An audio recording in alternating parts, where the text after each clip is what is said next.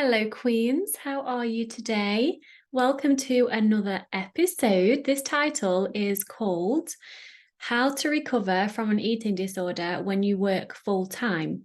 Now, this was inspired by the lovely Gabriela because she asked me this question on YouTube. So I'm going to read out her question exactly. It would be awesome if you could give tips or maybe share your personal experience, if you've had one, about trying to recover from a restricted ED whilst working a full-time job. Sometimes it is not possible to always listen to your hunger cues, eat and rest, or follow the extreme mental hunger. It makes me feel like I would never be able to fully recover. But it is not possible for me to leave my job because, like everybody, I need to pay my bills, pay for my therapy session, and buy myself a lot of food, lol. Thank you for being here for us, Gabriela. Thank you so much, Gabriela, for this question. And I just want to give you a big hug and say that I feel you. It can be extremely challenging to recover from an eating disorder, especially when you're in a full-time job and it's not as easy as just, okay, cool, I'll just leave my job and like focus 100% on recovery and prioritize that. I know that that's not doable for most people, actually. And so just want to let you know that I hear you, I understand you, and I'm giving you a big hug. And by the way, I've just written bullet points. I've not written a whole like blog post episode. I've just written myself bullet points. So I'm just going to be speaking very naturally, very authentically to this question, to answer this question. The first part of your sentence really caught my attention. What do you think the first part of your sentence was that caught my attention before I share? You said, it would be awesome if you could give some tips about trying to recover from a restricted ED while working a full-time job. It is the word trying, right? Because words are spells. And I say that trying is lying. Unconsciously, I'm not saying you're a liar, by the way, but whenever we say the word try, it's a lie because who was it that said that quote? That person in Star Wars, that's not even a person. The weird little creature thing. Oh my God, Star Wars fans are going to hate me right now. I can't. Yoda, that's it. Didn't Yoda say, probably wasn't even Yoda, let's be honest. There's no trying, you either do or you don't. And I didn't like that a few years ago because it was that exact kind of thinking, that doing, that goal setting, that achieving, that dedication, that commitment, determination that actually got me into the eating disorder because I was so driven. But this can also work for you and benefit you in recovery. You are either recovering or you're not. So I invite you to be recovering, not trying to recover. And I know that may sound picky, but honestly, when you have that intention of a mind made up, there is nothing more powerful. How important is recovery to you, Gabriela? You know, and I ask these questions with absolute love, and I'm not initiating that, or I'm not saying that you are not putting recovery first and it's not important to you. Insinuating, there was a word I was looking for. But I want you to sit and just think about the answer to these questions. How important is recovery to you and why? Are you willing to do whatever it takes? Are you fully committed to recovery? If the answer is yes, especially to the last two, you can't really answer yes to the question, how important is recovery to you? Yes. You know what I mean? If the answer is yes, then you will recover no matter what, no matter how challenging your life situation is. Don't ever forget how goddamn powerful you are, Queen. Seriously, you can recover no matter what. Okay, so what can you do, right? If you were the project manager of your recovery, what would you do? How would you project manage this for yourself?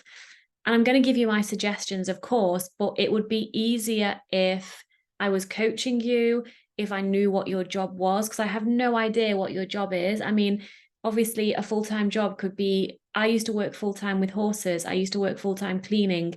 I used to work full-time in a bank. I used to work full-time as a client account manager. There's so many different corporations and jobs you can be in, and that obviously has a completely different atmosphere and environment at work.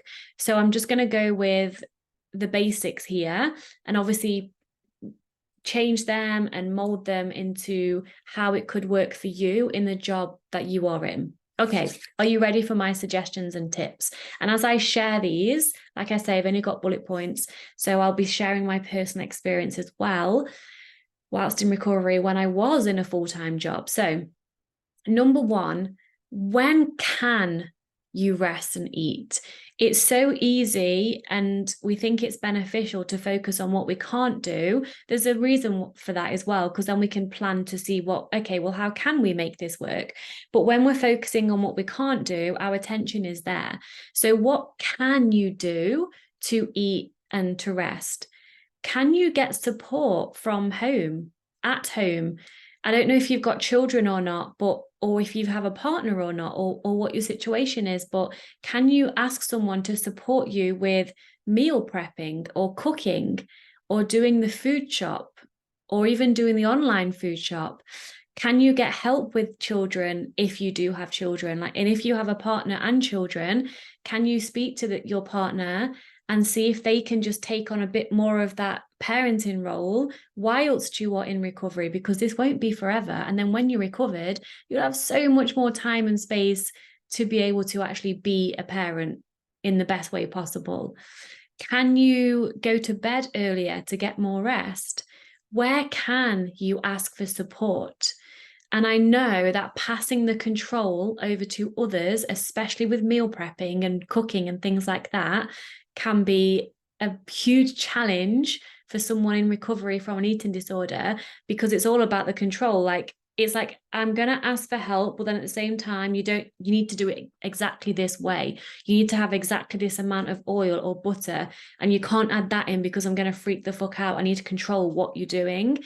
But this is all part of it, like giving up control, asking for support. And I don't know if you're on your own or not. So again, I really need to be having a conversation with you so I can support you like really specifically and individualized for yourself. However, there will be things that you can do to support yourself via asking for support, with the goal being that you eat and rest as much as possible. Okay, number two, get as much energy in as possible in every potential opportunity. Have more bang for your buck, so to speak. So high energy foods, I'm talking, when you're eating. And even if you're in a job where you perhaps can't just go off and eat when you want to, if I am assuming you are allowed water or a bottle of drink of some kind whilst you're in your job. If not, then you need to speak to HR, because that is like not okay. You need to be able to have liquids to drink. So as well as your water or whatever it is that you drink, you could, if you were really focused and dedicated and committed to recovery, you could have said bottle and have a melted pint of ice cream in there with peanut butter, or smoothies with really high energy dense foods in the smoothies as you're drinking it. So then you're not having to wait for your break in order to, quote, eat something, right? So that's completely an option that you can do. That's definitely something that I would suggest anyway. And I would also suggest that when you are eating, that you're eating less voluminous foods. So eating less food such as fiber, fruits, and vegetables, only for now, because it's really challenging on your digestion, especially if you're in recovery, because your stomach pouch is really slow at being emptied due to the past restriction, due to your body being super clever and trying to keep food in there as long as possible and get every single scrap of nutrient out, because you were eating fuck all in the restriction. So until your body trusts you again, it's not going to just all of a sudden start digesting food really quickly. And this can be so challenging. But to help you to support yourself and to support your body's building up trust for you, I recommend eating like high dense foods such as nuts, nut butters like peanut butter, Nutella, almond butters, avocados, olive oil, coconut oil, cheese, dried fruits, and granola. I mean, I have not spoken to a single person who has been in recovery from an eating disorder or who wants to recover from an eating disorder, whether that be anorexia, bulimia, binge eating, that either hasn't been obsessed with one of these two things, Nutella or peanut butter or granola cereal. Right. And there's a massive obvious reason for that. And that is, especially if you're craving nut butters, your body is desperately craving fats and proteins. And of course, carbohydrates, there's sugar in there too, depending on what brand and what type you choose. And with granola, it is 1000% your body craving carbohydrates. So your body knows what it's doing, right? So when you are able to eat high calorie dense foods. I don't want you tracking calories though, by the way. I don't want you opening MyFitnessPal even to check you're eating enough. I mean, we're not working together, right? But if we were, you would be sending me pictures of everything you're eating. So I don't want you on a meal plan, and I don't want you counting calories for obvious reasons. And so we would work together closely, and I would see what you're eating, and then I could like give you pointers and ask you to do things differently or add more of this in or whatever. But all in all, get as much energy in as possible when you are able to eat. And I want to add something here. Don't delay meals. So when you wake up in the morning, eat something straight away, depending on where you are in your recovery. And again, in fact, I could have invited you on. Actually, that might have been more helpful, but here we are. If you're in recovery from anorexia and you're at the mechanical eating stage and you're not getting, although I'm assuming you are getting the signals of extreme hunger because you've spoke to that. So I would eat like your life depends on it, because it does. So the second you wake up, eat something. Don't delay meals until you get to work because you like to have it at a certain time. That's the eating disorder just throwing excuses at you to eat less. So don't delay eating. Number 3, plan your meals and snacks and always have enough food with you. You can literally eat chocolate bars and flapjacks in the toilet. I am not joking you. I used to do this. So where I worked, you couldn't just go because it was in a bank, the thing I'm talking about now. You couldn't just go to the staff room. Well, you could, but it was a bit of a trek. And then if you just nip into the toilet, you're also conscious of the staff that you're leaving behind, right? So in the morning, because I was planning this stuff, I used to leave. This was like a kid's fantasy of hidden food everywhere. I would leave flapjacks and chocolate bars hidden in my workplaces where only I would get them. So when I could nip to the loo, as the English saying goes, nip to the loo, which means go to the toilet, I would grab one of the things that I'd left and then have a wee and literally eat it on the fucking toilet. I don't care if it's hygienic or not. My mantra was, I'm sure you know this by now, whatever it takes. If that means me eating a chocolate bar in a rush on the toilet, I'm going to fucking do it, because that recovery is important to me and I am committed to recovery. I am 100% committed to recovery. So whatever it takes. So always have enough food. So if you do get a chance, or more so when you create the chance to eat, whether that's even lying, I don't care right now, because your most important thing for you is recovery. So I don't know what job you're in, but even if you have to go to the toilet when you don't actually need it, but you go to eat, whatever you need to do to eat, especially if you're getting the hunger signals or mental hunger, go and do it. Number 4, this is really key, and I'm not using the right words in the right order today. And I know that I do that often, but I've used so many words where I've literally been listening to myself speak, obviously. And I've been like, Victoria, that word made no sense. And I love myself anyway, but I'm really, for some reason, I can't get the right word. So just ignore that and just go with the vibe. This is extremely important. And I would definitely recommend that you do this if you feel safe to do this, but it's going to be challenging, but that's the point, right? Educate your employer. If you feel comfortable, consider discussing your situation, what you're experiencing, what your goals are with your employer or with your HR department. Again, I don't know what kind of job that you're doing, but they might be able to offer support or accommodations to help you in recovery, because honestly, people genuinely want to help. Again, not everybody, but if you just approach this honestly and vulnerably and just share what's going on and share your concerns and share like what you would actually need from this workplace or from the people or from the job, most people will want to help. So you've got nothing to lose by speaking to your employer about what's going on, right? I definitely recommend that. You'll also feel less, this speaking from experience, when I shared it, you feel less shame or sneaky when you're eating all this food if people understand that, okay, she's actually in recovery. They don't even have to understand, but you feel better because it's almost like you've been given permission, not that you need permission, to go and do those things, because I'm going to do it anyway, or I hope that you're going to do it anyway, because recovery should be your number one priority. Number 5, again, I don't know what work you do, but can you change roles or positions with someone so that you can move less, so that you can sit down more and expend less energy? Whatever you can do to move less, do that, right? Number 6, can you use holiday leave? I mean, I know that you might want to actually use holiday leave for an actual holiday, which I'm sure you need as well, or vacation if you're American. But if you really fully prioritize yourself and your recovery and you have holidays, I would take them to get as much recovery done, because recovery can happen like really quickly. I mean, it can take a while to rewire everything in your brain, to rewire the fear of weight gain and the self-love and self-worth stuff.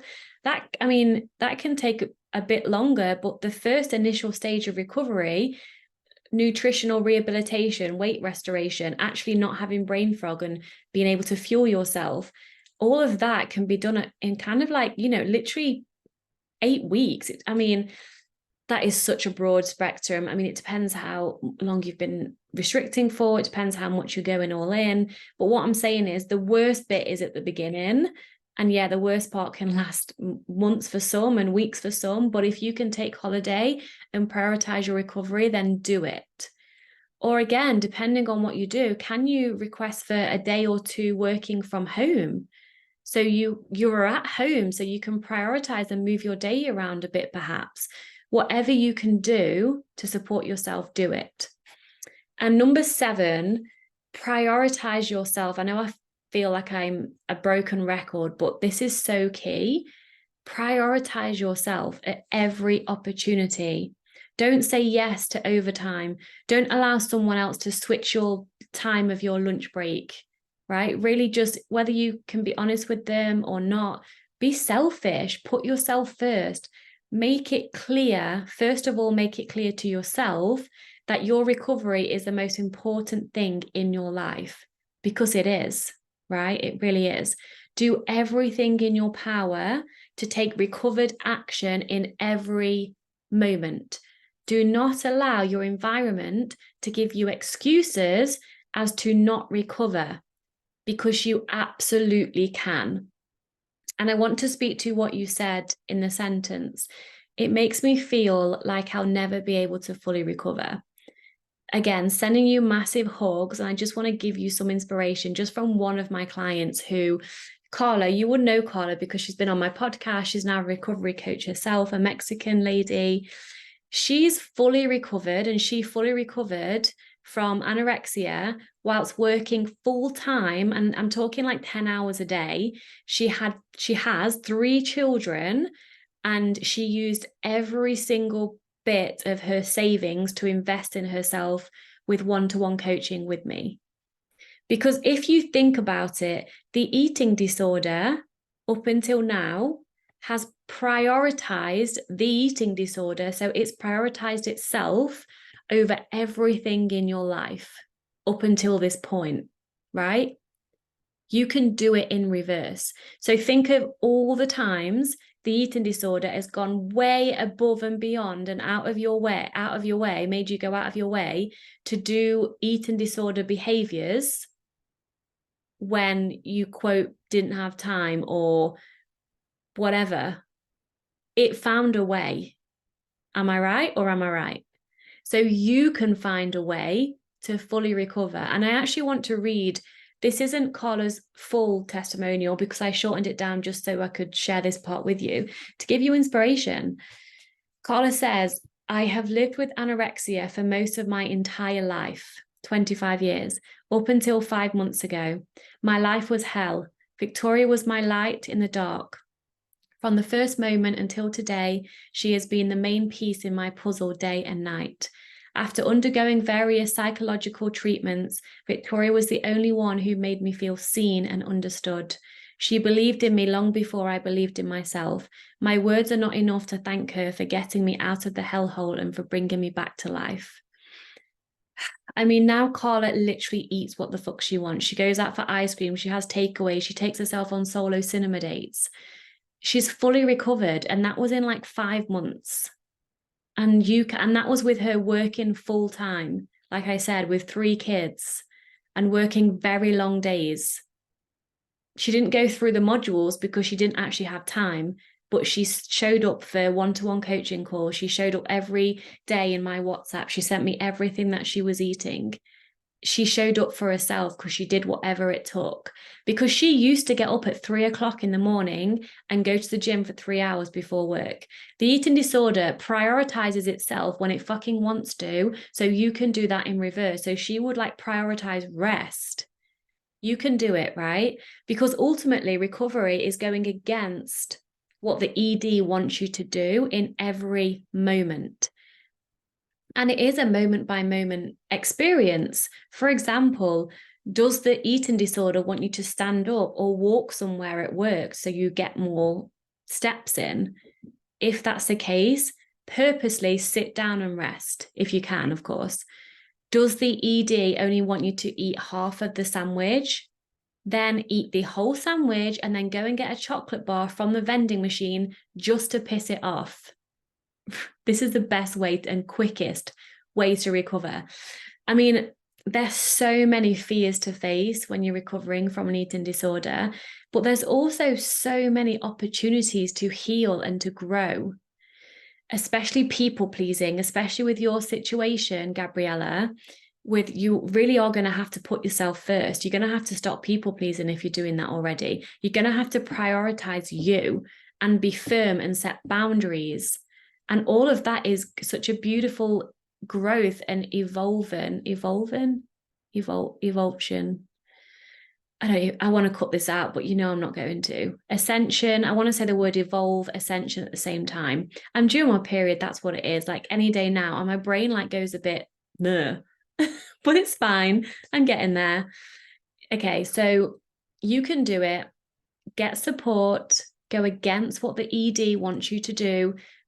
Put yourself first. See all the opportunities that there are for you to grow in. Ask for help. Get support. Know that recovery is 1,000% possible, even with a full-time job. It will be more challenging compared to someone who has the privilege to take time off from their job. But do not lose hope because full recovery is possible for you, Gabriela. I know it.